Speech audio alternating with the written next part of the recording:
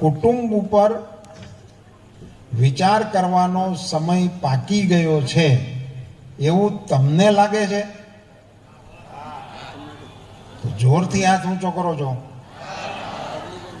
તો આપણે બોલીએ.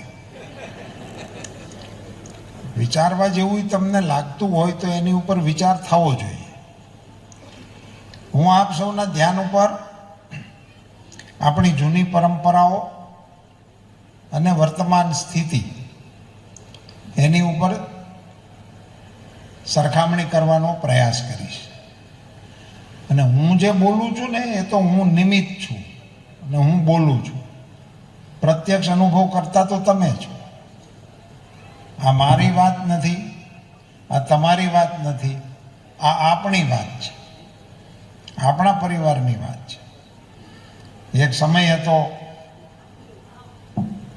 ડોહા બેઠા હોય ડેલીના ખાનામાં તો મજાલ નથી કોઈને ઘરમાંથી બહાર આ જાય. એવા દ્રશ્યો તમે બધાએ જોયા હશે. આ હરજીવનભાઈ બહાર બેહતા ત્યારે આ છોકરા બહાર ન નીકળી શકતા. એવી ડિસિપ્લિન હતી. અમે એમાં કોઈ રોજ કંઈ બડો લઈને ન બેહતા. પણ ઘરમાં એક એવી સિસ્ટમ હતી કે આપણા ઘરના વડીલ હજી બેઠા છે ત્યાં સુધી આપણે એમ આગળથી ન નીકળાય.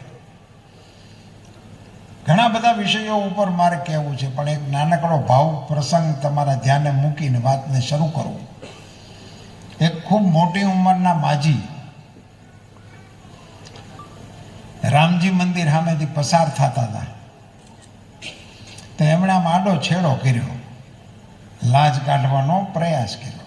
એ તો માડી જ મોટી ઉંમરના હતા એટલે લગભગ એને કોઈની લાજ કાઢવી પડે એવા તો હયાતે નહોતા. એ આખા ગામના માં થતા હતા, એવડા મોટા હતા. એમણે આમ આડો છેડો કર્યો એટલે કોકને કુતૂહલ થયું કે માડી કોની લાજ કાઢે છે અને એમને તો કંઈ લાજ ને હવે તો કંઈ છે બી નહીં. હવે તો એમની પુત્ર વધુઓ ને એમની દીકરીઓની એ કોઈ લાજ નથી કાઢતા. તો વળે માડીએ આવું કેમ કર્યું છે પૂછ્યું કે માં તમે કોની લાજ કાઢી? કે તમે લાજ કાઢી એવું મને લાગ્યું. તો કે ના બેટા તને લાગ્યું છે સાચું લાગ્યું. મેં લાજ કાઢી કે રામજી મંદિરના પગથિયે તમારા અદા બે હતા એટલે એનું હજી હું માન રાખું છું. એ તો હવે છે જ નહીં. તમારા અદા રામજી મંદિરની પાળીએ બેહતા એનોય મલાજો રાખતી એ અમારી માં હતી, એ અમારી દાદી હતી. એના આપણે સીધી લીટીના વારસદાર છીએ. હવે તમે તમારી જાતને પૂછજો કે આમાંથી આપણે કેટલું રહેવા દીધું. હવે જેમની હાજરી નથી એ બેસતા એના બેસણાની મર્યાદા રાખતા લાજ શબ્દ છે ને એ મને એમ લાગે છે કે એની ઉપર આપણે ત્યાં ચર્ચાઓ અને ચિંતન થયું નહીં અને લાજ કાઢો એનો વિરોધ થયો અને ઘુમ્મટ પ્રથા ઉપર એને નાવી દેવામાં આવી. આ ઘૂંઘટ પ્રથા જે છે ને એ લાજનો મારો પોતાનો એવો મત છે કે એનો પર્યાય શબ્દ નહીં હોય એવું હું માનું છું ને આપણી સંસ્કૃતિમાં લાજ નહીં હોય. જે ઘૂંઘટ પ્રથા તરીકે આપણે પાળીએ છીએ ને એ આપણી સંસ્કૃતિનું પેલું હશે નહીં એવું મારું માનવું છે. કારણ કે આપણા કોઈ દેવી દેવતા લાજવાળા છે જ નહીં. તો એના કોકના ફોટા તો હોય ને, એના કુટુંબમાં લાજની સિસ્ટમ તો હોય ને. ભોળાનાથનો આવડો મોટો પરિવાર છે, હેર્યો ભીર્યો, દીકરા ને દીકરા પૂજાય છે. આવું રોયલ ફેમિલી તો કોઈનું છે જ નહીં. બાપા મહાદેવ, માતા આદ્યશક્તિ, દીકરા શ્રી ગણેશ, ગમે કંઈક કરવું હોય તો પહેલું વહેલું નામ લેવું પડે. દેવતાઓના સેનાપતિ કાર્તિક સ્વામી. આપણે રોજ જેની જરૂર પડે એ એની પુત્રવધુઓ છે. રિદ્ધિ, સિદ્ધિ, એની પુત્રવધુઓ, એના પોતરા, લાભ ને શુભ. વિચાર કરો કેવો રોયલ પરિવાર છે. આખો પરિવાર પૂજનીય છે પણ એમાં ક્યાંય લાજવાળા ફોટા નથી. એનો અર્થ એ થાય કે આપણામાં હશે નહીં. પણ કોઈ કાળક્રમે ઘણું બધું એવું ન નાખવાનું નખાઈ જાય છે. આપણી સાંભળીમાં કેટલું આવી ગયું ઘેરે બહેન લિસ્ટ કરજો. આપણી સાંભળણમાં આવી ગયું જે નહોતું આવતું. આ પ્રી વેડિંગ હતું હરજીવનભાઈ તમારા વખતે? હા, નહોતું. તો ઓહો ન હાલ્યું, હજી હાલે હાઈ ક્લાસ. લ્યો, કોઈ પ્રોબ્લેમ જ નથી. અત્યારે હું એમના ઘેરે ગયો તો તોય અમારા બેન બધાની હાજરીમાં ફોટો પડાવવા નહોતા આવ્યા. હા, એકલા હાલે છે. એમાં ક્યાં પ્રી વેડિંગ વગર વાંધો પીડ્યો કઈ? અને અટાણે તો પ્રી વેડિંગ થાય ને પછી વેડિંગ થઈ રહી ત્યાં સુધી ટકતું નથી. હાવ કાશું વેલ્ડિંગ થઈ ગયું. આને સંબંધ કહેવાય? આને સંબંધ કહેવાય? આને થૂકના હાંધા કહેવાય. આને સંબંધ ના કહેવાય. વહેવાળ થતું તો શબ્દ પ્રયોગો હતા આપણે ત્યાં, સગા અને વાલા. ઓળખીતા હતા એમાંથી સગા થયા, સગા થયા એટલે વાલા થયા. હગા વાલા શબ્દ છે, આપણે તમારું કોઈ હગું વાલું છે ત્યાં એમ આપણે પૂછતા. તો આપણે આપણા હગા સંબંધીઓ હોય તો એના નામ દેતા કે આ ભાઈ ત્યાં અમારા હગા છે. સગા વાલા થતા હતા. એને બદલે એવું કશું જ નહીં, કોઈની આમન્યા જ નહીં. તો મંદિરની પાળે જે અદા બેસતા એની આમન્યા અમારી દાદીઓ રાખતી હતી. તો આ વિષય લાજ કાઢવાનો નહોતો, લાજ રાખવાનો હતો. લાજ કાઢવી એટલે ઘૂંઘટ પાડવો એ નહોતું. લાજ રાખવી શબ્દ આપણે ત્યાં હતો. છેલ્લે દડે ભારતને જીતાડી દે ને, 6 રન ઘટતા હોય, છેલ્લે દડે સિક્સર મારીને જીતાડી દે તો આપણે શું કહીએ? એણે ભારતની લાજ રાખી હો, છેલ્લે દડે લાજ રાખી. એવું કહો છો કે નથી કહેતા? એનું નામ લાજ રાખી કહેવાય. ગામમાં કોકે સુંદર મજાનું કંઈક કામ કર્યું હોય અને આજુબાજુના પંથકમાં આપણા ગામની આબરૂ બચી ગઈ હોય તો આપણે એમ કહીએ ને ગામની આબરૂ એણે રાખી, ગામની લાજ એણે રાખી, દેશની લાજ રાખી, રાજ્યની લાજ રાખી, સેનાની લાજ રાખી. હલ્દી ઘાટીના યુદ્ધમાં લાખોની ફોજ સામે માત્ર 22,000 ઘોડેસવારને લઈને મેદાનમાં પડેલા રાણાને સાંગો પાંગ હલ્દી ઘાટીમાંથી બહાર લઈ ગયો તો ચેતકે લાજ રાખી એમ કહેતા હતા. ઘોડો લાજ રાખવામાં કામમાં આવતો, ચેતકે લાજ રાખી રાણા પ્રતાપની. એવું આપણે આજે બોલીએ છીએ. એટલે લાજ કાઢવાની નહોતી, લાજ રાખવાની હતી. તમે કાઢી નાખી.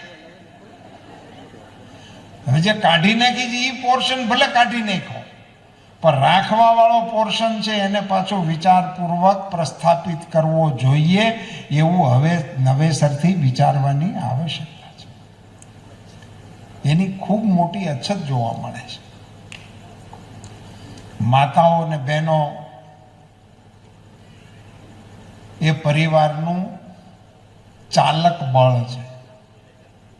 ગમે એવા ડાયા પુરુષો હોય, ગમે એવા સમજણવાળા આગેવાનો હોય, કુટુંબના મોભી હોય, ગામમાં ને પંથકમાં આબરૂ એની હોય, પણ સંયુક્ત કુટુંબ હાલે નહીં આદમી કેડે. સંયુક્ત કુટુંબ તો જ ચાલે કે ઘરમાં કોઈ જોગમાયા જેવી માં હોય તો જ હાલે.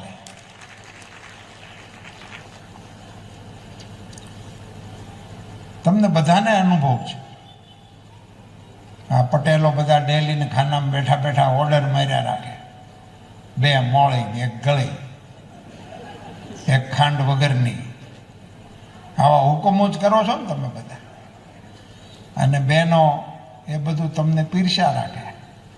એણે કોઈ દિવસ આવીને એવું ન કીધું કે ઘરમાં ચા ખાંડ નથી, તમારા નામે કોઈ ઉધાર દેતું નથી, તમે બજારેથી લઈ આવો ને પછી ચા પાણી કરશું. એવું એક દી જો ડેલી ખાનામાં આવીને કહી જાય તો આપણી પટલાય હકેલાઈ જાય. તેદી હકેલાઈ જાય કે ન હકેલાઈ જાય? હકેલાઈ જાય. પણ એવું હજી સુધી આ ભારત દેશની આર્યાવ્રતની કોઈ સન્નારીએ આવું આવીને કોઈ દિવસ કીધું નહીં. એ આડોશ પાડોશમાં જાય, પોતાના વાટકી વ્યવહારેથી ખાંડ લઈને આવે. એ ખાંડ લઈને આવે તો આખા ગામને ભાળે એમ લઈને ન આવે. એ હાડલાના છેડામાં ઢાંકીને લઈને આવે. એ હાડલાના છેડામાં ખાંડ ઢાંકીને નથી લાવતા, આપણા કુટુંબની આબરૂ ઢાંકીને લાવે છે. એ કુટુંબની આબરૂ. એ ઘરમાં પૈસા પીડ્યા હોય, ઓનલાઈન ખરીદવાની છૂટ હોય, અને હવે તો ઘરે ક્યાં કહેવાનું, હવે તો વોલેટ ને એવું બધું આવી ગયું છે, મને ન સમજાય એવું. અને આખો દી શોપિંગ કર્યા રાખે, એને ઘર નો હકાડ્યા કહેવાય.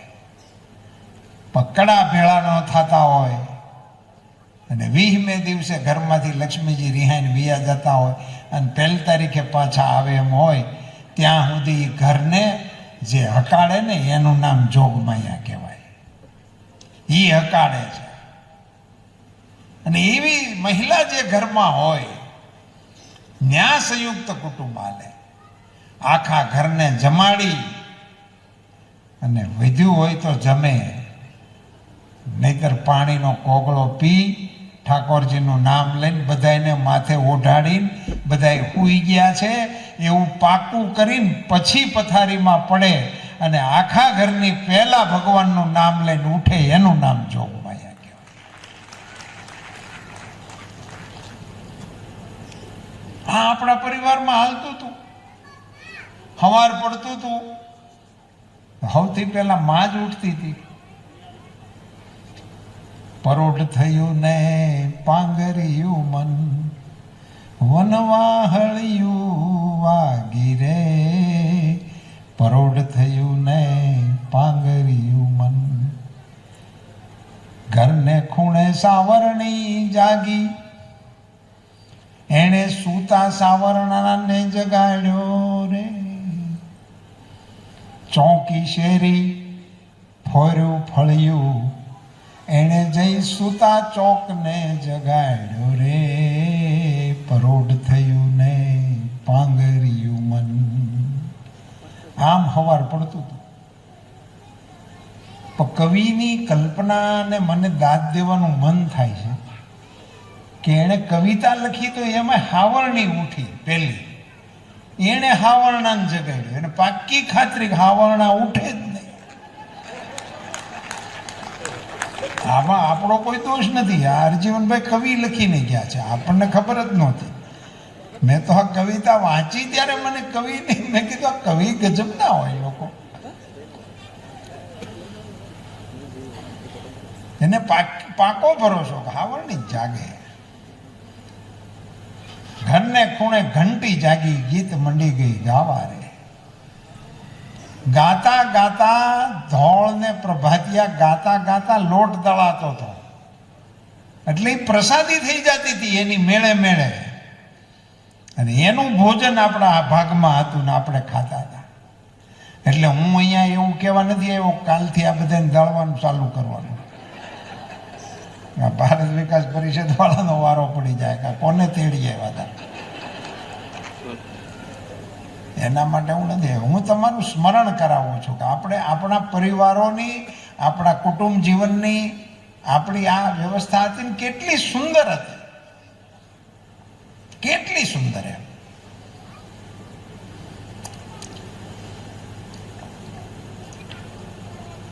કાંબી કડલા વાદે ચડ્યા, ત્યાં તો હેલ્યું હાલી નાવા રે. કોઈ બેન મને સમજાવશે કે હેલું નાવા હાલી એટલે શું કહેવાય? હા કોજી બેન, કો હેલું નાવા હાલી કેમ કહેવાય?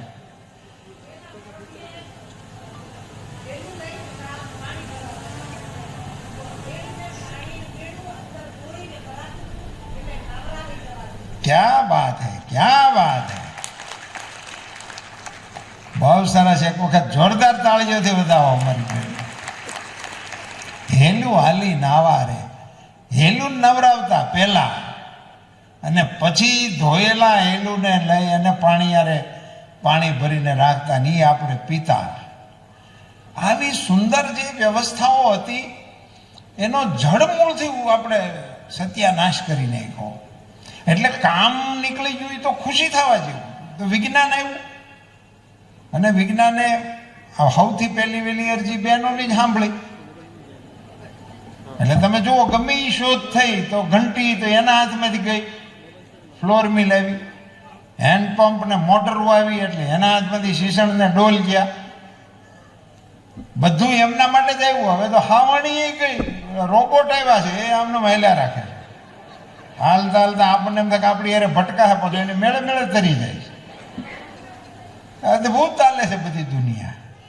એટલે એ વિજ્ઞાન આવ્યું, વિકાસ આવ્યો, એ એક વાત છે. પણ આની સાથે બીજી ઘણી બધી બાબતો હતી જે આપણામાંથી નીકળી ગઈ. એ કુટુંબ વ્યવસ્થા જ ક્યાંય જોવા નથી મળતી ને. હવે હોય જ નહીં. કુલ 3 જણાનું કુટુંબ. આગળ કોઈ વર્ણન કરતું હતું ને, ગમે બે અમારા બે એમાંથી સિંગલમાં આવી ગયા છે. સિંગલમાં આવી ગયા ત્યાં સુધીનો વાંધો નથી. સિંગલ ને સિંગલ રહેવાનું નક્કી કરવા માંડ્યા.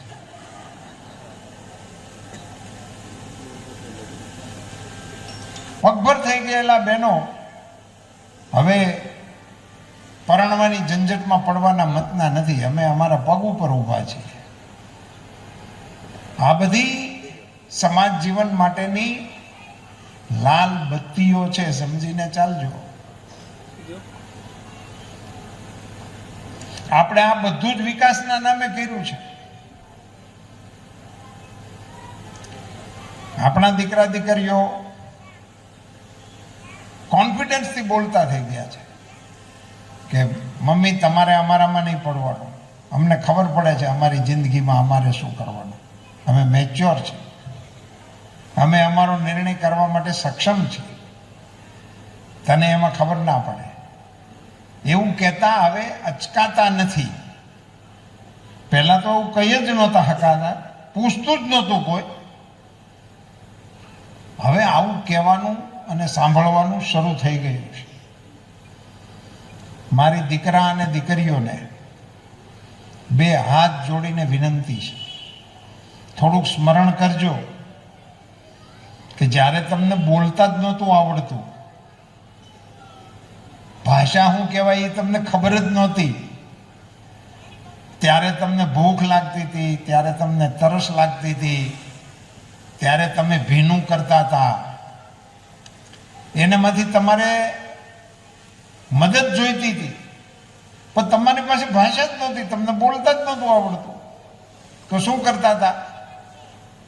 રોતા હતા. એક વખત શાંત ચિત્તે વિચારી જોજો. હું જે વાત કરું છું એનો વિચાર કરજો કે તમને ભૂખ લાગી હોય, તરસ લાગી હોય, કે ભીનું થયું હોય, કે અન્ય કોઈ પ્રશ્ન ઊભો થયો હોય, ત્યારે તમે રોતા જ હતા ખાલી. પણ તમારા રોવા ઉપરથી તમારા મમ્મીને ખબર પડી જતી હતી કે આ ભૂખ્યો જ થયો છે. તમારા રોવા ઉપરથી એને ખબર પડી જતી હતી કે આ તરસ્યો જ થયો છે.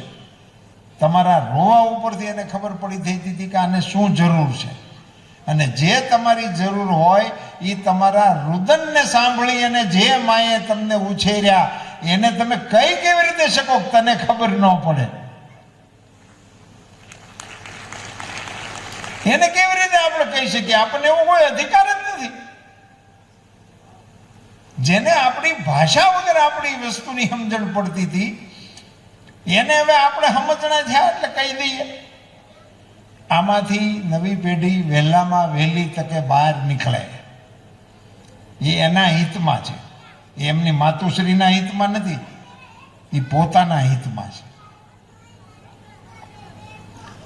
સુંદર મજાના પરિવારોની વચ્ચે દીકરા દીકરીઓ મોટા થતા હતા.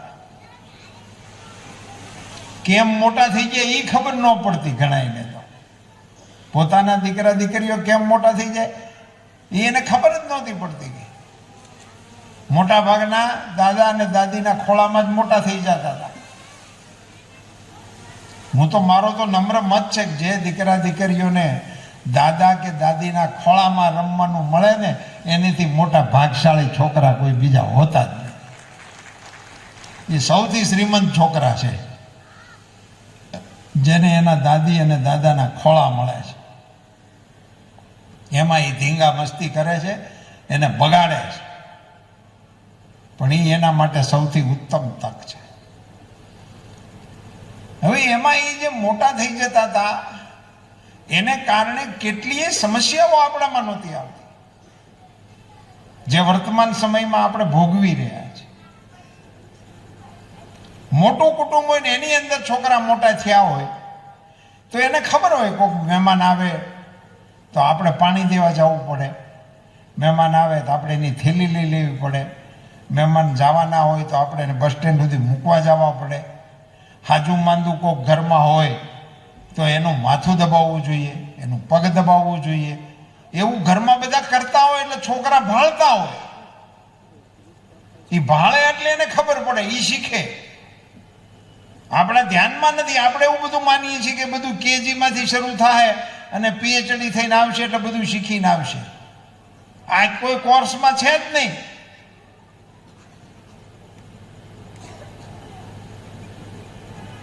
આપણો પગ કળે અને આપણા મનમાં એવી ઈચ્છા થાય કે કોઈ ઘડીક દબાવે તો સારું, મજા આવે, ઊંઘ આવી જાય.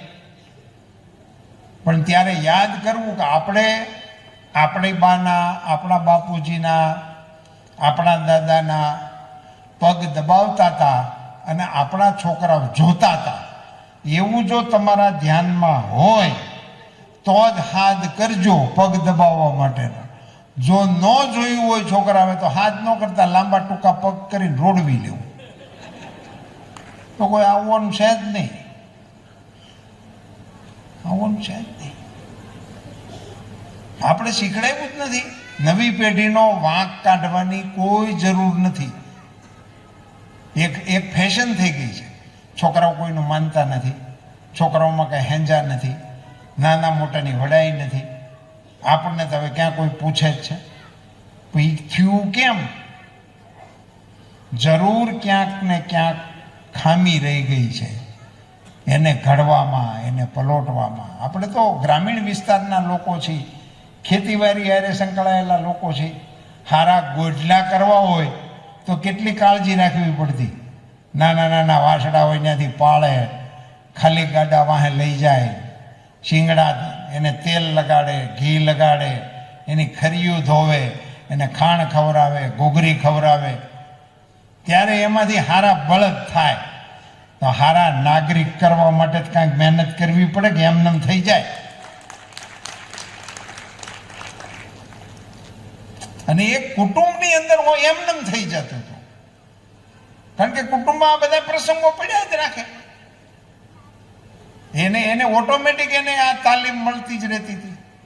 એ તાલીમ વગરના આપણે છોકરાઓને કરી દીધા. હવે તો ચાઇલ્ડ રૂમ થઈ ગયા, છોકરાએ નોખા રૂમમાં મીડ્યા. બોલો, ખાલી મા બાપના જ રૂમ નથી, એનું કોઈ ટાઇટલ ન આવ્યું.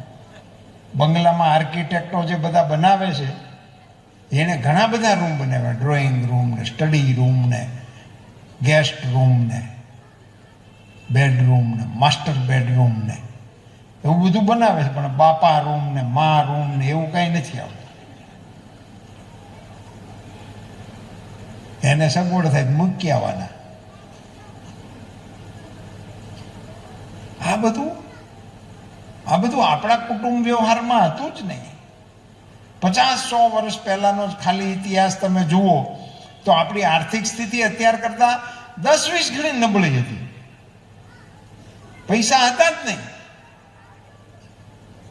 મને તો એવા બધા દ્રશ્યો મેં અમારી આંખે જોયેલા મને યાદ આવે. કોઈ ગામડામાં માણસ બીમાર હોય તો 20-25 જણા બેઠા હોય. ગામડામાં આમ નવરાશની સગવડ હારી હોય.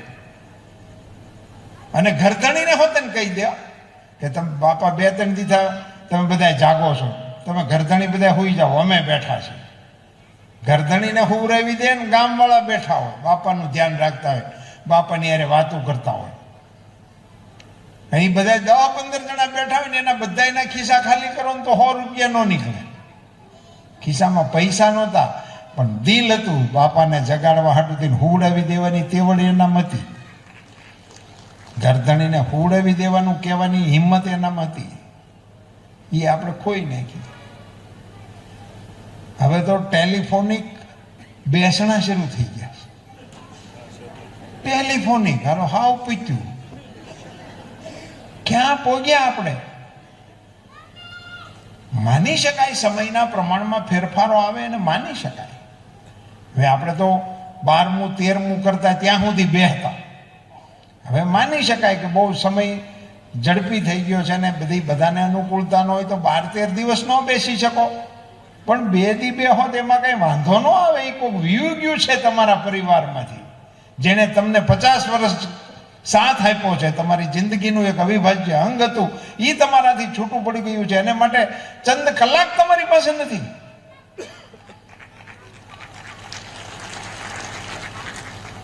કોરોનાની ઘણી અસરો રહી ગઈ. આમાં શું છે કે તમે કેટલું બધું કોણ તોય કઈ ન ઉતરે, એવો આપણો સ્વભાવ જ એવો થઈ ગયો છે. કડક જમીન જેવો, પાણી અંદર જ ન ઉતરે. ગોરમટા વાળી જમીન હોય ને, પાણી અંદર ઉતરે જ નહીં, એમને જ ભીર્યા રહે, શું હે જ નહીં. હેઠે મોરમ હોય તો પાણી વીયું જાય. કોરોના વખતે આ લોકોને ઘણું સમજાઈ ગયું. લોકોને અમે સમજાવતા હતા, લોકોને ખાવા પીવામાં ધ્યાન રાખો, ન ખાવાનું ખાવમાં, ખાવાનું હોય ખાવ, તો એ બધું કોઈ સાંભળતા નહોતા. પણ ઓલું ટચ એન્ડ ગો આવ્યું ને, તે બધું સુધરી જાય. કે પેલું હ્યુમિનિટી ઘટે છે, મગ ખાઓ, આ ખાઓ, તે ખાઓ, બધું મીઠા ખાવા. કઈ કઈ થાક્યા હતા તો નહોતા માનતા. ગીરદી ના કરો, લગ્ન ટૂંકા કરો તો નહોતા માનતા. પણ કોરોનામાં એક ગાડીમાં થઈ ગયા, લોટો પરણી ગયા. કારણ કે કલેક્ટરને એસપી નો ફોન આવે, કેટલા જણા આવ્યા છો, તો વેવાઈને ત્યાંથી જ ઉપાડતા હતા. એટલે બહુ સરસ રીતે બધા સુધારા થઈ ગયા. એમાં આ એક નહોતો કરવાનો, એ સુધારો થઈ ગયો. પહેલા ગામડાઓમાં એવો રિવાજ હતો કે મરણના સમાચાર કોઈએ દેવા જ ન પડે. મરણ ખબર પડી એટલે આખા ગામમાં વાયુ વાગે ફેલાઈ જાય, ફલાણા બાપા આવી ગયા, ફલાણા ભાઈ દીકરો ગુજરી ગયો, ફલાણા ભાઈ ઘરના ગુજરી ગયો, એટલે આખું ગામ હાજર જ થઈ જાય. એ ખરેખરાના ફાળિયા અલગ જુદા પીડ્યા જ હોય, ખીતીએ ટીંગાતા જ હોય, એ લઈને બધા આવી જાય. એમાં કોઈ આળસ કરતું જ નહોતું. ન ગયા હોય તો એને અફસોસ થતો હતો, હું આજે ફલાણા ભાઈને સ્મશાને લઈ ગયા પણ હું જઈ ન શક્યો, એનો અફસોસ થતો. અત્યારે આખું ગામ એમને બેઠું હોય ને 7-8 જણા લઈને વિયા જાય છે. એમ આ દ્રશ્યો જોવા મળે છે. અંદરથી આપણને એવું થઈ જાય છે કે આ કોઈ કેજ્યુઅલ વસ્તુ છે, કોઈનું આમ રૂવાડું હલતું નથી. માણસ જેવો માણસ વિયો ગયો છે. માણસમાંથી રામ વિયો ગયો છે, બીજું કાંઈ નથી. બાકી બધું એમનેમ છે. એટલે થોડોક મેં પહેલો જે પ્રશ્ન કર્યો હતો ને, એની તરફ પાછા આપને લઈ આવું કે વિચાર કરવાની આવશ્યકતા થઈ ગઈ છે. અને ચારે બાજુ સુપર ડુપર બેટ્સમેનો મેદાનમાં આવી ગયા છે. દુનિયાના પટ ઉપર એવા ક્રિકેટરો અત્યારે મેદાનમાં છે, અડધી પીચે જ રમવું છે. બોલો, બોલર દડો ફેંકે અને પછી ગમે એવું મારે તો વાંધો નહીં, બોલરના હાથમાંથી દડો લઈને મારે એવા બેટ્સમેનો છે. ને ગમે ત્યારે ગમે તે કરી શકે એવા દિવસોમાંથી આ દુનિયા પસાર થઈ રહી છે. ગમે ત્યારે ગમે તે થાય. ઇકબાલની જે પંક્તિ હતી, कुछ बात है कि हस्ती मिटती नहीं हमारी, रोम मिट गए, मिस्र मिट गए, દુનિયાની કેટલીય એવી સંસ્કૃતિઓ હતી, કોઈ બચી નહીં. આપણે છીએ, આપણે હજી એવા ને એવા છીએ. 1000 વર્ષની ગુલામી આપણી ઉપરથી ગઈ તો આપણે બચી ગયા. એણે લખ્યું છે કે કુછ બાત હૈ કે હસ્તી મિટતી નહીં હમારી.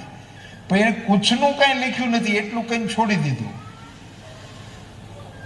મારો પોતાનો અનુભવ કે મારો પોતાનો મત એવો છે કે આ કુછ બાતમાં ઘણું બધું હશે, પણ એક એ ભારતની કુટુંબ વ્યવસ્થા, એને કારણે આપણે બચી ગયા છે. આ કુટુંબ વ્યવસ્થાને કારણે આપણે બચી ગયા. આપણી સંસ્કૃતિ બચી ગઈ, આપણો ધર્મ બચી ગયો. એનું કારણ આપણી કુટુંબ વ્યવસ્થા હતી. કુટુંબ એકમ એવું હતું કે આખું સ્વનિર્ભર હતું. 4-5 ભાઈ ભેગા રહેતા હોય ને દુનિયાની કોઈની પડી ના હોય. એ કોઈથી બીવે જ નહીં. હજી જોજો તમારે આજુબાજુના ગામડામાં કોઈ 4 ભાઈ 5 ભાઈ માતાજીની દયા હોય ને કોઈ ભેગા રહેતા હોય, તમે એની કોઈ આંટો મારી આવી, ઈ કોઈથી બીતાય ન હોય ને એની કોઈને બીવડાવતાય ન હોય, અભય એની પાસે હોય. સંયુક્ત કુટુંબ હતું. એમાં કોઈક નાનો દુબળો નબળો એવાય હોય, પણ સંયુક્ત કુટુંબમાં હોય તેનું કોઈ ટેન્શન જ નહીં. એ ઓથે ઓથે મોટા થઈ જાય. વાડની અંદર વેલા જેમ વધી જાય અને એને કોઈ હરાયું ઢોર મોઢું ન મારી દે ને, એમ સંયુક્ત કુટુંબની વાડમાં અમારી દીકરીઓ ઉછરીને હાહેરે વહી જતી, ખબર નહોતી પડતી. સંયુક્ત કુટુંબ હતા. એ સિસ્ટમ આપણી હતી અને એને કારણે દીકરીઓને માટે તો આ મોટું અભેદ કવચ છે સંયુક્ત કુટુંબ. એક બે કાક્યું હોય ને એક બે ભાભીયું હોય ને ઘેરો હોય, એની વચ્ચે બેનબા ઉછરતા હોય એટલે એક તો લાડકોડે બહુ મળે અને ફૂલ કવરેજ મળે, એટલે કોઈ લંગૂસનું લંગર ન લાગે.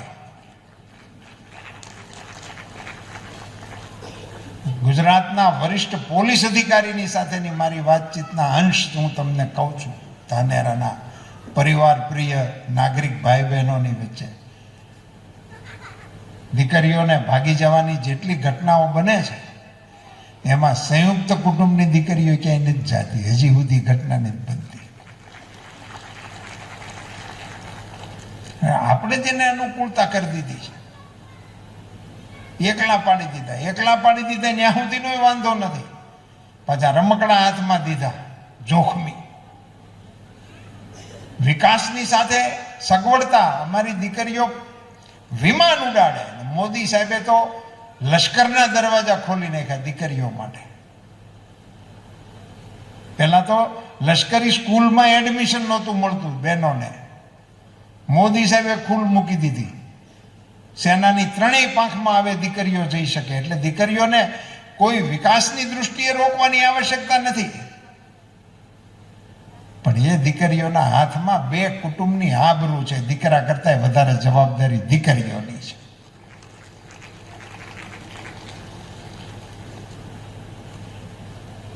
એવા સંજોગોમાં માતાઓને મારી વિનંતી છે કે થોડોક વધારે સમય દીકરા દીકરીઓના ઉછેરમાં પણ આપો. તમારી બધાની એક માન્યતા એવી થઈ ગઈ છે કે આપણે મોંઘી ફી વાળી સ્કૂલમાં દાખલ કરી દીધો એટલે આપણી જવાબદારી ગઈ. મૂકીએ એવા 50,000 રૂપિયાની ફી વાળી નિહાળમાં, પછી કઈ ટાઈમ નથી. એવું ના ચાલે. એને તમે જરૂરિયાત પૂરતું જે કાંઈ કરવું પડે કરી દો તો ખરા, પણ એની પાસે તમારો ટાઈમ પણ જોઈએ. તમારે એને પૂછવું જોઈએ, બેટા સ્કૂલમાં શું ચાલે છે, તને કયા પીરિયડમાં મજા આવે છે, તને કયો વિષય ગમે છે, તને કયા સાહેબની સાથે એ ભણાવતા હોય ત્યારે વધારે મજા આવે છે. આવી જાણકારી આપણે લેવી જોઈએ આપણા દીકરા દીકરીઓની. એ આપણી પાસે ટાઈમ જ નથી. આપણે એમ કે સ્કૂટર લઈ દીધું, આપણે એને સારા ડ્રેસ લઈ દીધા, સૂટ લઈ દીધા, બૂટ લઈ દીધા, એટલે આપણે માનીએ છીએ કે આપણી જવાબદારી પૂરી. એવું નથી. બાળકને સમયની પણ જરૂર હોય છે, સંવાદની પણ જરૂર હોય છે. પારિવારિક સંવાદના અભાવને કારણે જ આપણા કુટુંબની 75% સમસ્યાઓ ઊભી થાય છે. તમે સહેજ વિચારી જોજો કે આપણી જૂની સિસ્ટમમાં બપોરનું ભાણું, સાંજનું ભાણું સામૂહિક જ પડતું. એક હારે જ બધા બેસી જતા અને એક જ મેનુ હોય. એમાં જુદા જુદા મેનુ નહોતા. અત્યારે તો 3 જણા હોય ને 4 મેનુ હોય. પેલા એવું હતું જ નહીં. જે મેનુ કોમન બન્યું હોય એ બધા ખાઈ લેવાનું. નો કોકને ભાવે ને તો આને આ નથી ભાવતું તો કે હાજે ખાઈ લે, કાંઈ વાંધો નહીં. હા, આસાનીથી આવું કહી દેતા હતા કે નો ભાવે તો હાજે ડબલ ખાય. આ સિસ્ટમો હતી એ આપણે તોડી નાખી અને ન ખાવાની સિસ્ટમો દાખલ કરી દીધી. દોવાનું ને વલોવાનું માતાજીની દયાથી તમારી ઉપરથી પીવી ગયું. હવે પાણીનું ઘંટીનું ગયું એ તો સારું છું કે એના વિકલ્પ સારા આવ્યા, પણ આ જે ગયું ને એના વિકલ્પ ભંગાર આવ્યા. જ્યાં સુધી તમે દોતા હતા, જ્યાં સુધી તમે વલોવતા હતા, ત્યાં સુધી તમારા દીકરા અને દીકરીઓ ઘી માખણ અને દૂધ ખાતા હતા. હવે કોથળીયું મગાવો એમાં એ છોકરાના ભાગમાં કેદી આવે? એને ખબરે શું પડે માખણ કોને કહેવાય?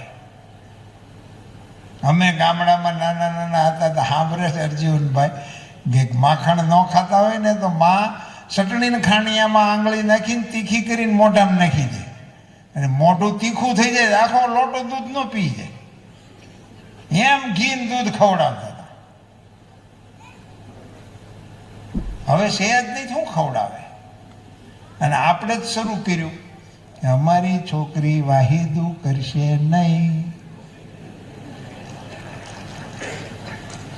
કાંઈ વાંધો નહીં, એ નહીં કરે તો એના છોકરા દૂધ ઘી વગરના રહે એ હારવાર લખી દીજો, નહીં મળે. અત્યારે કુપોષિત બાળકો એક મોટી સમસ્યાના રૂપમાં ચર્ચામાં છે. અને એ અભાવગ્રસ્ત પરિવારોની વાત નથી. જેના ઘરમાં કોઈ જાતની કમી નથી ને એ પરિવારના બાળકો એ કુપોષિત છે. એની વ્યવસ્થાઓની ખામી છે.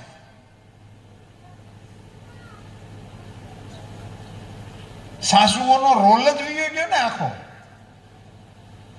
સાસુઓ એટલે 3 સ્ટાર આઈજીપી રાહડ પડતી હતી અને વહુઓ એને સહન કરતી હતી. એનું કારણ શું હતું? એ ટેકનિકલ હતું. એને એમ હતું ને કે આપણે પાછું અહીંયા જ બેસવાનું છે ને, એટલે રેડી થતા હતા, એમાં ટ્રેનિંગ લેતા હતા કે પછી આપણો વારો આવે તે હોકડો પાડી દેવો આપણે. એટલે એને એનું દુઃખ નહોતું લાગતું.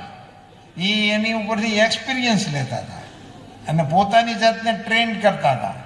પણ હમણાં લેટેસ્ટ એક પ્રશ્ન એવો આવ્યો છે, એક સાસુની અત્યારે જે સિસ્ટમમાં જે લેટેસ્ટ સાસુઓ છે એની હાહુની તો એને ઝાટકણી ખાધી જ, તો હોની એ આ એક બેચ આવી છે, એક બેચ આવી છે, આવી નવી બેચ. વિચાર કરવા જેવો સમય છે કે નહીં? નહીં ઓલું કેટલી પેઢીઓથી હાલતું હતું, કોઈને વાંધો જ નહોતો આવતો, ધપોડ્યા જ રાખતા હતા એમ.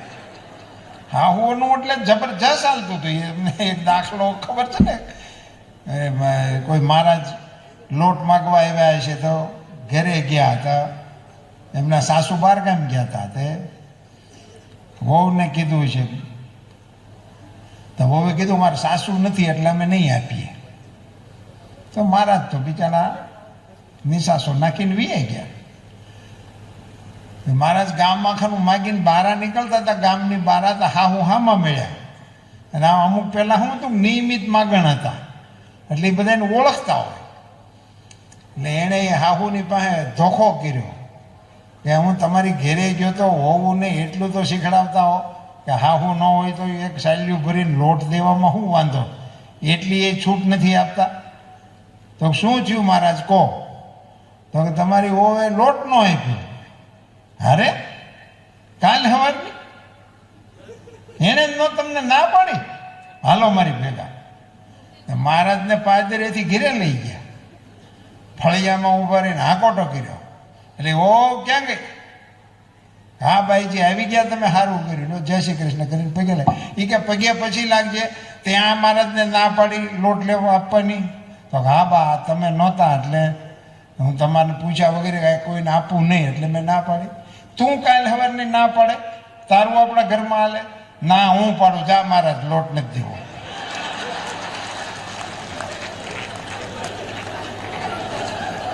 બોલો મહારાજ કે ભાઈ ન્યા ના પાડવી હતી ને પાદરથી આ ઘેરે. એ હકાડવાની વાત હતી. વટ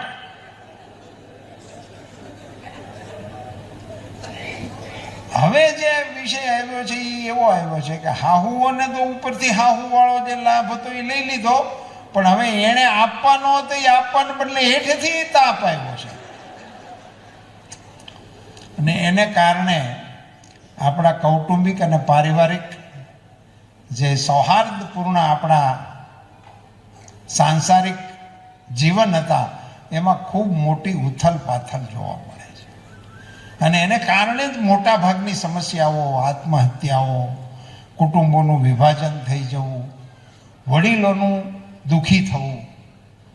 તમે એવું માનો છો કે મોટી ઉંમરના બા દાદા જે 60-70 પહોંચી ગયા હોય, એણે આખી જિંદગી મહેનત કરી હતી, કદાચ તમારા માટે રૂપિયા નહીં બચાવી શક્યા હોય, બધાને બચાવવા જ હોય પણ નહીં બચી શક્યા હોય, કોઈ કારણ હશે, એણે કાળી મજૂરી કરી હતી તમારા માટે, એણે કશું વેચી નથી નાખ્યું તમારા માટે.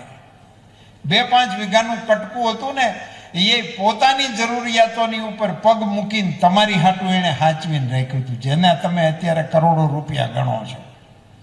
એ બાપાએ ન વેચ્યું એટલે એ વેચતા ગયા હોત તો તમારે કાંઈ ભાવ લેવાનો નહોતો. એની આંખમાં આંસુ જો આવી ગયું, એની પાપણ જો ભીંજાણી, તો લખી લેજો પોતપોતાની ડાયરીમાં કે તમે ગમે એ ઈષ્ટદેવને માનતા હો અને તમે કોઈ પણ માતાજી પિતાજીને પૂજતા હો, એ તમારું કાંઈ ભલું કરવાના નથી. જો ઉમરાવાળી રાજી થઈ તો જ ડુંગરાવાળી રાજી થવાની છે, નહીંતર કોઈ રાજી થવાની નથી. ઘરના મા બાપને તમે કોસવો અને પછી મંદિરે જઈને જે કારા કરાવડાવો, 1,11,000 રૂપિયા, બોલો અંબે માત કી જાય. વાહ હારો હાડલો લઈ દો ને ઓહો જ છે. પરિવારનું ધ્યાન રાખો. અને હું આ બધી પરિવાર વિશેની જે આપની સમક્ષ આ વ્યથા કરું છું, તો એ અમસ્તો ટાઈમ પાસ કરવા માટે કે મારે કોઈ કાર્યક્રમો નથી અને આ ભારત પરિષદવાળાને કંઈ કાર્યક્રમો નથી એટલે નથી. આ એક વાત માનીને હાલજો કે દુનિયા એવા તબક્કા ઉપર ઊભી છે, કવિ સોસાની જે પંક્તિઓ છે ને, એવા વળાંક ઉપર ઊભો છે કાફલો, અહીંથી રણ તરફ, અહીંથી નદી તરફ. એવા વળાંક પર ઊભો છે કાફલો, અહીંથી ક્ષણ તરફ, અહીંથી સદી તરફ. એવા વળાંક ઉપર આપણે ઊભા છીએ અને આપણા સમાજને, આપણા રાષ્ટ્રને કે આપણા દેશને બચાવવું હશે તો એનો એકમાત્ર ઈલાજ છે કે તમે તમારા પરિવારને બચાવી શકો છો. એનો જવાબ જો હામાં હશે તો જ ઓલા 3માં હા આવવાની છે, નકર ક્યાંય હા આવવાની નથી. પરિવાર બચશે તો બધું બચી જશે. અને હવે આખી આપણે કોઈ રાજાને ઓલી વાર્તામાં જે આવતું હતું ને, ધૂળ પડી એના પગ ઉપર, તો ધૂળ ઉડે રાજાના પગમાં ન પોહાય, આખી ગામની જમીનને સાંભળેથી મઢી ગયો. આખા ગામની જમીનને સાંભળેથી ન મઢે, એની હાટું બૂટ કરી લેવાય એટલે બચી જાય. એમ આપણે આખી દેશની, આખી દુનિયાની મોટી મોટી ઉપાધિઓ આખો દિવસ બેઠા બેઠા કર્યા રાખી છે ને, એને બદલે અડધો કલાક કુટુંબ માટે ફાળવો. અને એનો સહેલામાં સહેલો ઈલાજ છે ઘર સભા. આ સભા થઈ ને, મારી આપ બધાને વિનંતી છે કે અહીંથી ગયા પછી આવતીકાલે મિનિમમ તમારા પરિવારની સભા, તમારા આખા કુટુંબને ભેગા કરીને બેસજો. આખા કુટુંબને ભેગા બેસવાનું, ખૂણની વાતો કરવાની. કેમ લાગ્યો કાર્યક્રમ, કેમ ચાલે છે, આપણા પરિવારમાં કેવું હતું, આજથી 25 વર્ષ પહેલાં આપણે ત્યાં કેમ હતું, અત્યારે કેમ છે, વગેરે વગેરે, આનંદ મંગળની. પણ નિયમિત રૂપે તમારી ઘર સભાઓ થવી જોઈએ. દીકરાઓનું ભણતર કેમ ચાલે છે, દીકરાઓની નોકરીનું કેમ ચાલે છે, આપણી ખેતીવાડીનું કેમ ચાલે, જે હોય આપણો વ્યવસાય, જે ધંધો થતો હોય, જે આપણું જે કંઈ હોય, પણ આપણો પરિવાર ભેગો બેસીને વાત કરે. આપણા સગાવાલાના સમાચારો શું છે, આપણે ઘરે પુત્રવધુ હોય તો એના પિયરિયાના ખબર શું છે. થોડીક સમય, અડધો કલાક તમે આવી રીતે કાઢતા થશો ને તો ઘરનું વાતાવરણ સ્વર્ગની જેવું થઈ જવાનું છે. સ્વર્ગ એટલે કોઈ ફેસિલિટીથી નથી આવતું, સંવાદથી આવે છે. અને નર્ક માટેની એ કોઈ વ્યવસ્થાઓ નથી, એ વિવાદથી આવે છે. મહાભારત અને રામાયણ આપણા ઋષિ મુનિઓ આપણી હાટું લખીને ગયા ને બે કુટુંબના જ કથાઓ છે. એકમાં કુટુંબ એમ કીધું કે મારે નથી બેહવું, તું બે, રાજ તમે રાખો ને રઘુરાય, મારે જોતી નથી ઠકરાય. ભરતજીએ નો જ લીધી ગાદી, મારે નથી જોઈતી, તમે લો. તો એમાંથી રામાયણ બને. અને તને એક ટુકડો ન દઉં, એમાંથી મહાભારત બને. બંને એક જ કથાના જ બે ભાગ છે. કથાઓ તો ખૂબ થઈ અને હજી થશે. કથામાં બેઠાય ખૂબ આપણે, કથા આપણા અમને જ બે હતી. મહાભારતનો પ્રસંગ મને બહુ ગમે, એટલે હું અનેક વખત બોલ્યો છું, તમારી સાથે શેર કરું. 18 દિવસનું યુદ્ધ પૂરું થયું, પાંડવો જીતી ગયા. ઇન્દ્રપ્રસ્થની ગાદી ઉપર મહારાજ યુધિષ્ઠિરના રાજ્યાભિષેકનો પ્રસંગ ગોઠવાઈ ગયો. બધી તૈયારીઓ થઈ ચૂકી અને રાજનો સેવક માં કુંતાને આમંત્રણ આપવા માટે આવ્યો કે રાજમાતા પધારો, મહારાજાને રાજ તિલક કરવાનું છે ને આપની રાહ જોવાય છે. ત્યારે કુંતાએ એ રાજના સેવકને જે જવાબ આપ્યો છે, માતાઓ લખી લેજો. કુંતાજીએ એને એમ કીધું કે હું અત્યારે નહીં આવી શકું, મારા જેઠ અને જેઠાણીની સેવા કરવાનો આ સમય છે, એની સેવા પૂરી થયા પછી હું આવીશ. જેઠ અને જેઠાણી કોણ હતા?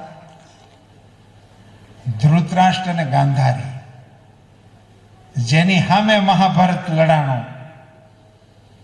એટલું જોરથી બાજ્યા. ઇતિહાસકારોએ એવું લખ્યું છે કે મહાભારતના યુદ્ધ પછી એના વાવડ દુનિયામાં એવા ગયા 5000 વર્ષ સુધી કોઈ વિદેશી ભારતની સામું જોવાનું આવ્યા. આ અંદરો અંદર આટલું જોરથી બાજે, આપણે જઈ શું કરે આવડા, એવી છાપ પડી મહાભારતના યુદ્ધની.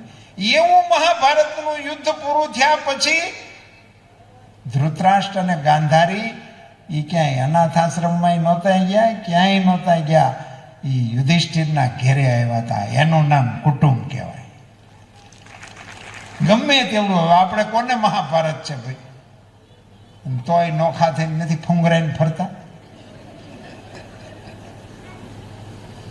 અને મહાભારતના યુદ્ધ પછી મળેલી ગાદીનું રાજ તિલક, એવડો મોટો મહત્વનો પ્રસંગ, એ જેઠ જેઠાણીની મર્યાદા કરતા નાનો હતો એવું આપણું મહાભારત કહે છે.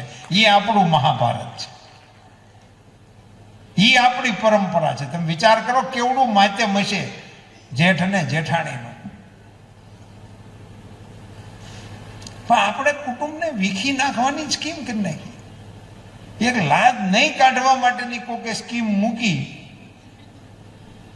તે બધું બતાવી દીધું. એમ લાજ સમજ્યા. હું તો કહું છું કે ઘૂંઘટ છે એ લાજનો શબ્દ જ નહીં હોય. હું તો એવું માનું છું, લાજ તો રાખવાની હતી, પણ એને કાઢી તો એવી રીતે કાઢી, હાહરો ને હોવ બાજતા હોય તો આજુબાજુ વાળાને પૂછવું પડે કે આમાં હોવ કોણ છે ને હાહરો કોણ છે.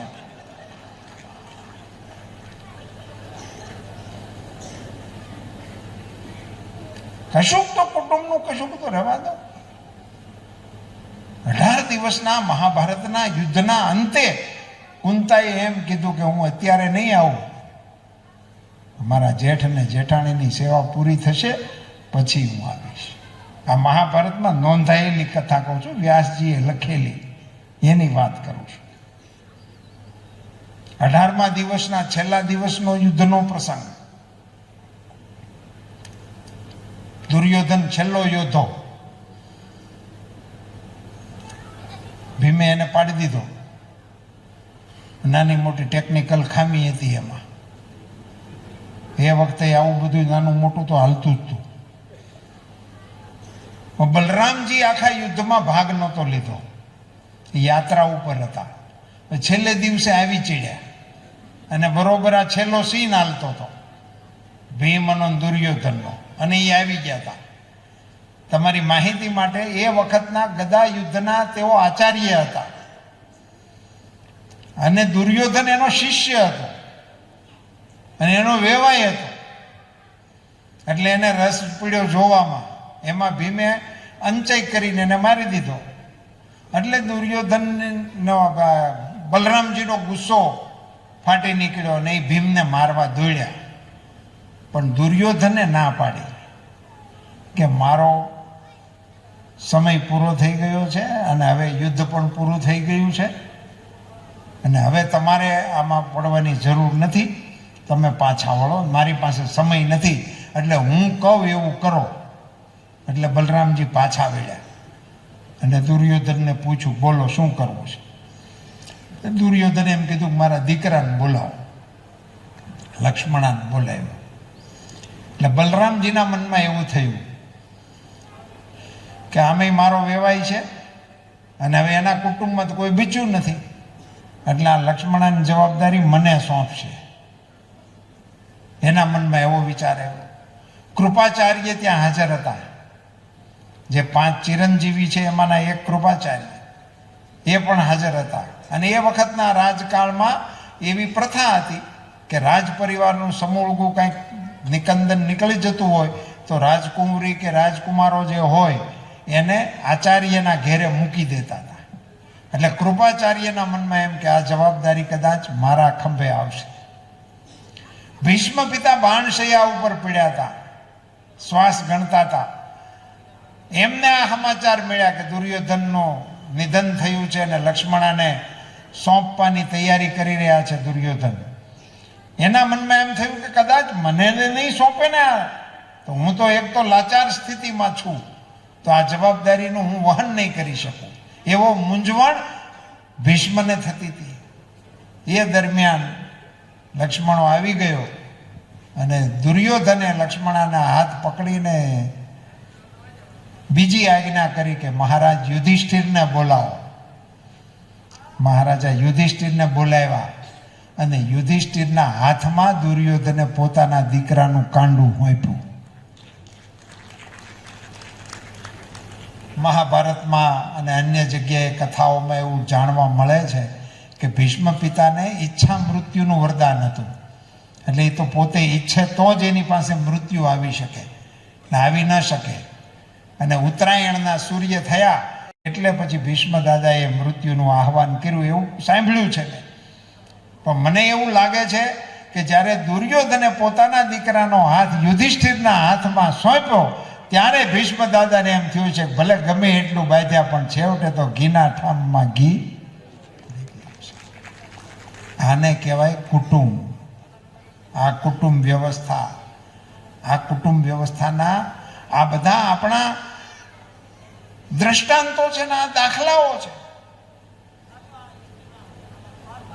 આપણે એ સમાજના દીકરીઓ છીએ, માતાઓ અને બહેનો. તમને ખ્યાલ હોવો જોઈએ તમારા કુળનો, તમારા કુટુંબનો. આપણે ત્યાં વ્યવહારમાં એવી વાતો સાંભળતી કે ફલાણાના ભાણેજ છે, એમાં જોવાપણું ન હોય, એનું મોહાળ આવવું છે. આ ફલાણા કુળના છે, ફલાણા કુટુંબના છે. કુટુંબની શાખો હતી, કુળની શાખો હતી. એને ઉજાગર કરવાની જવાબદારી નવી પેઢીને આપણે આપવી પડે. આપણે એને સોંપવું પડે. મને એવું લાગે છે કે એમાં ક્યાંક આપણી પેઢી કાચી પડી છે. સમય છે, સારો છે.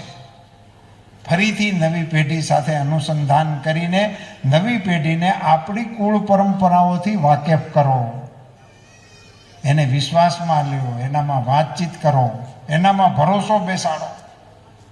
નવી પેઢી બહુ હોશિયાર છે, તેજ છે, પણ એનામાં સંસ્કાર થોડાક આપણે પરિવારના નાખવાની આવશ્યકતા છે.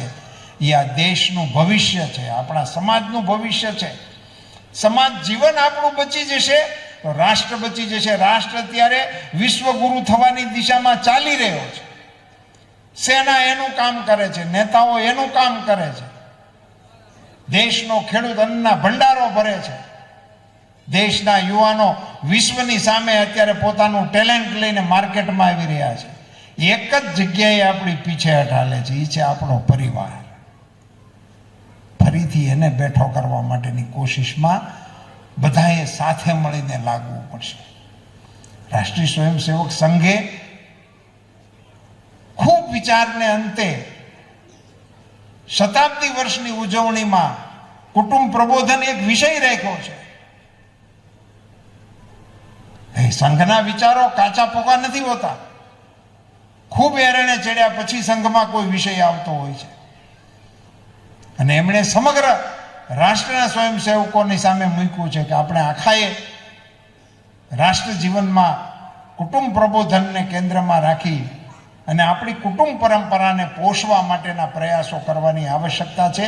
એ દિશામાં બધા મન બનાવો, વિચાર કરવાનું મન બનાવો, અમલ કરવાનું મન બનાવો, વડીલોની વંદના કરવાનું મન બનાવો, બાળકોને પ્રેમ કરવાનું મન બનાવો, ભેગા રહેવાની ભાવના વિકસાવો. સહન શક્તિ આવે ક્યાંથી? તમે 1.5 જણા હોય એમાં સહન શક્તિની જગ્યા ક્યાં આવે ખીલવાની? સંયુક્ત કુટુંબ હોય તો સહન કરવાનું આવે. બાથરૂમમાં લાઈન હોય ને આપણે ઘરવાની જગ્યા ન મળતી હોય તો ખબર પડે ને, વારો આવે ત્યારે થાય. સહન કરવાની આ બધી નાની ચીજો હોય છે, પણ એમાંથી સહન કરવાની ક્ષમતા આવે. વડીલો જમી લે પછી જ આપણી થાળી આવે. મહેમાનો જમવા બેઠા હોય ત્યાં સુધી આપણે મગાઈની શાંતિથી બેહવું પડે. લાળ તો આપણા મોઢામાં આવતી હોય, પણ એ બધું ઘણાય. એ પરિવારમાં રહ્યો તો એવું બધું આવડે ને, એવું કઈ આપણા ભાગમાં આવતું જ નથી. હવે તો રાંધીને જમાડવાની સ્કીમે બંધ થવાની દિશા તરફ ઉપડી છે.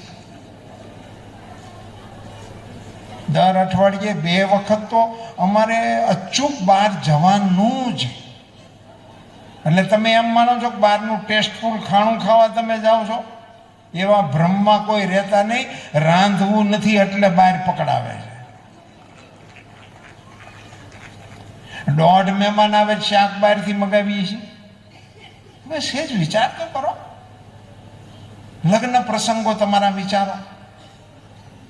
બુફે, કોણ ખાઈ ગયું, હું ખાઈ ગયું, ઘરધણીને ખબર ન હોય, કોઈક આવ્યા હતા નહોતા આવ્યા. આપો ગીગો જાણે કોણ મહેમાન હતા. બથ ભરીને મહેમાનોને મળતા હતા. મારો માવલ્યો આવ્યો, મારો વાલો આવ્યો. 2 હાથ ભળીને મળવાની સિસ્ટમ આવી. 1 હાથવાળી આવી, હવે આમ આવી. હું ગાહોટી પડે છે એ મને કઈ સમજાય. મહેમાન ગતિ જેવી ચીજ વહી ગઈ ભલા આદમી. અમારા મલકમાં તો મહેમાનને માટે ભગવાનને એવું કહેવામાં આવતું કે કાઠિયાવાડમાં કોક દિન ભૂલો પડ ભગવાન, તારા મોંઘા કરું સન્માન, તને સ્વર્ગ ભૂલાવી દઉં શામળા. મહેમાનો હાટું થઈને માથા દેતા માણસો. એમ મહેમાનોનું માન હતું. એટલે મહેમાન પરવડતો જ નથી. વાસ્તવમાં હાચી વાત ઈ છે. લે આવ્યા એમ કે છે, હાશકારો નીકળી જાય આમાં મહેમાનને પાડે. લે અટાણે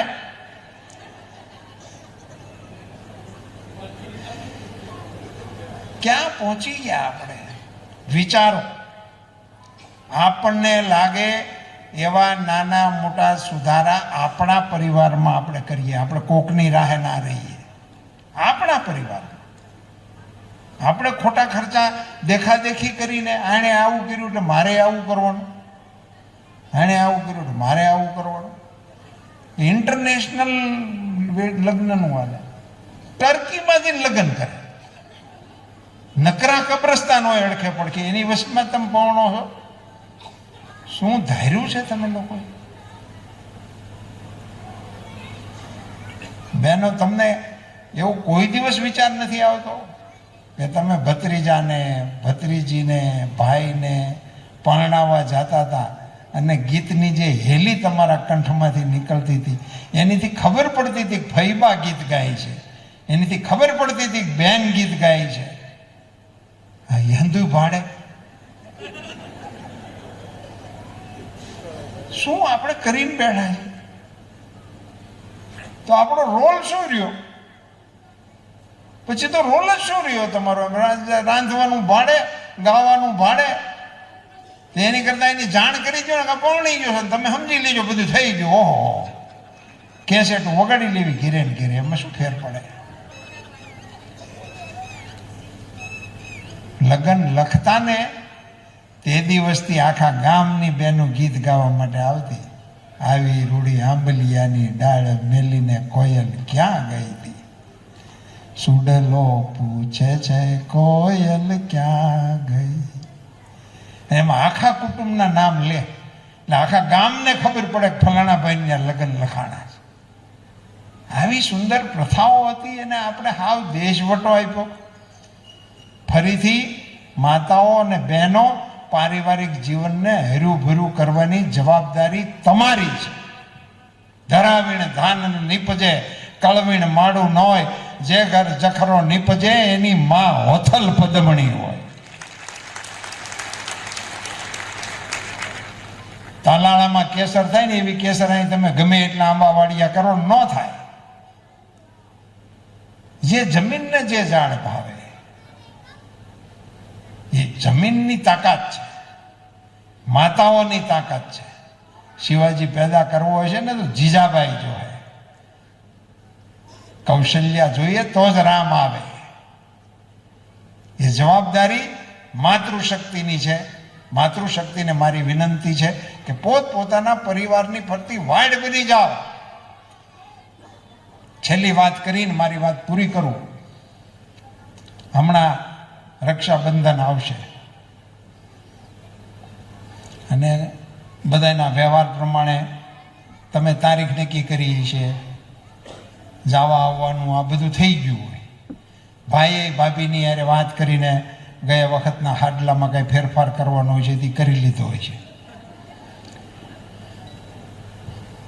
આ વખતે જ્યારે તમે રક્ષાબંધન માટે જાઓ ત્યારે તમારા ભાઈની આંખમાં આંખ નાખીને એને પૂછવાનું છે કે તારે શેનું વ્યસન છે. અને વ્યસનની જાણકારી બેનને ન હોય એવું ના ચાલે, હોવી જ જોઈએ. એ વ્યસન મૂકવાની હા પાડે તો જ રાખડી બાંધજો, નહીં તો રાખડી ન બાંધતા.